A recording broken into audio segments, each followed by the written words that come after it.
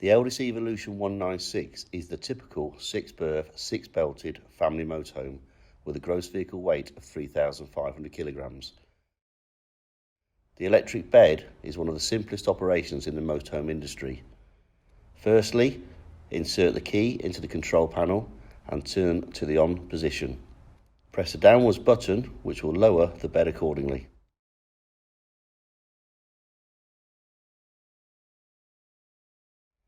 The bed is equipped with an easy access ladder and safety nets which are adjustable.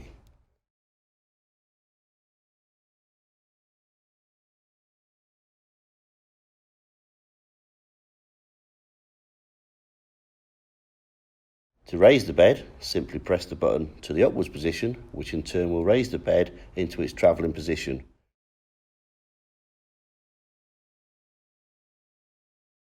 Turn the key to the off position and remove the key.